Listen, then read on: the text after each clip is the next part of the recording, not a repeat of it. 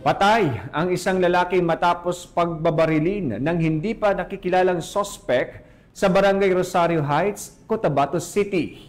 Narito ang report ni Pacho Woman Maria Senyora Agbuya.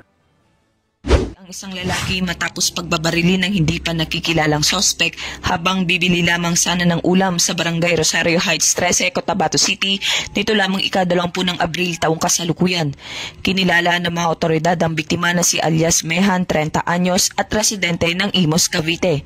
Batay sa inisyal na investigasyon, sakay umano ng motorsiklo si Mehan at pababa na ng kanyang sasakyan upang bumili ng ulam sa isang karinderya sa lugar nang bigla na lamang siyang pagbabarili ng suspect na agad tumakas matapos ang insidente. Tinamaan ang biktima sa ulo, likod at kamay na naging sanhi ng kanyang agarang pagkamatay. Patuloy pa ang isinasagawang investigasyon ng Cotabato City Police Office upang matukoy ang motibo sa krimen at pagkakakilanlan ng salarin.